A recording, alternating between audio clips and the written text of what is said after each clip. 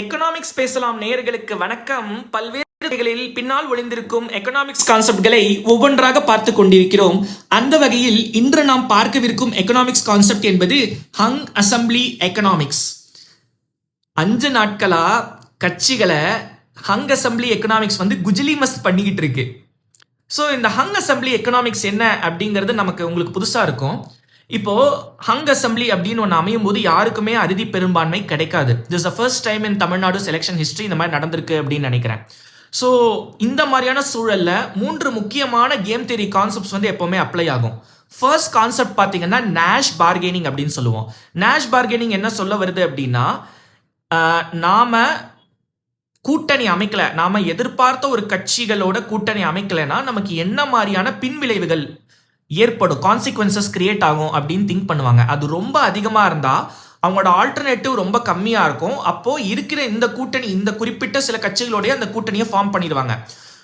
First single largest party 2026 எலெக்ஷன்ஸில் வந்த TVK அப்படிங்கிற கட்சி தனிப்பெரும் கட்சியாக உருவெடுத்திருக்கு. அவங்க சரி நம்ம திமுக கூட கூட்டணி வச்ச விசிகா, கம்யூனிஸ்ட், இந்தியன் யூனியன் முஸ்லீம் லீக் போன்ற கட்சிகளோட நாம கூட்டணி வைப்போம். நமக்கு அவங்க கூட வைக்கலைன்னா என்ன மாதிரி பின்விளைவுகள் ஏற்படும், we will be pushed to deal with ADMK, அது நமக்கு வேண்டாம் அப்படின்னு விஜய் முடிவு பண்ணிட்டாரு அப்படின்னு சொன்னாரு. ஆனால் அதுவும் இல்லை அப்படின்னா ரீஎலெக்ஷன் அப்படின்னு ஒன்று வரும். ஸோ இப்போ விழுந்த ஓட் அப்படிங்கிறது திரும்ப இவங்களோட புதுசாக சேர்ந்த இந்த 3-4 கட்சிகள், தாவேக்காவோட புதுசாக சேர்ந்த 3-4 கட்சிகளோட கூட்டணி வச்சா அதே மெஜாரிட்டி கிடைக்காதுன்னா ஓட் டிரான்ஸ்ஃபர் இஷ்யூஸ்லாம் இருக்குங்கிற போது TVK went with safer option. அவங்க என்னன்னா, ஓகே நம்ம விசிகே, கம்யூனிஸ்ட், அப்புறம் ஐயுஎம்எலோட நம்ம அமைச்சிடலான்னு ஒரு முடிவு எடுத்தாங்க. செகண்ட் முக்கியமான கான்செப்ட் என்ன அப்படின்னு பார்த்தீங்கன்னா, மினிமம் வின்னிங் கோலிஷன் அப்படின்னு சொல்லுவோம். அதாவது இப்போ நம்ம எல்லாருக்குமே ஒரு கேள்வி வரும், சரி டிவிகே ஜெயிச்சிட்டாங்க, ஏன் வெறும் ஏடிஎம்கேயோட மட்டும் கூட்டணி வைக்கக்கூடாது, அப்படி கூட்டணி வச்சா 140+ ஈஸியாக கிடைக்குமே அப்படிங்கிற கேள்வி நமக்கு வரும்.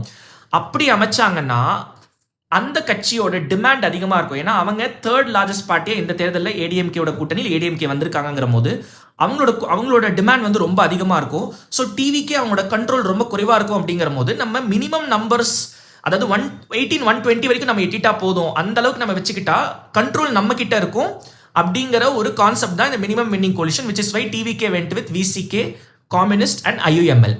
மூணாவது முக்கியமான கான்செப்ட் பார்த்தீங்கன்னா சீக்வென்ஷியல் கேம் அப்படின்னு சொல்லுவோம். இப்போது நீங்கள் விசிகே அண்ட் கம்யூனிஸ்ட் பார்த்தீங்கன்னா டைம் எடுத்து டிசைட் பண்ணாங்க. அது வெறும் திங்க் பண்ணுறதுக்கு கிடையாது. நீங்கள் இந்த மாதிரியான ரொம்ப டெஸ்பரேட் டைம் டிவிகேக்கு ஒரு டெஸ்பரேட் டைமில் நீங்கள் டைம் எடுக்கும்போது உங்களுக்கு மோர் பார்கெனிங் பவர் கிடைக்குது. ஸோ உங்களால் பல விஷயங்களில் அந்த கோலிஷனை சாதிச்சுக்க முடியும். அப்படிங்கிறதால இந்த டைமை எடுக்கிறாங்க.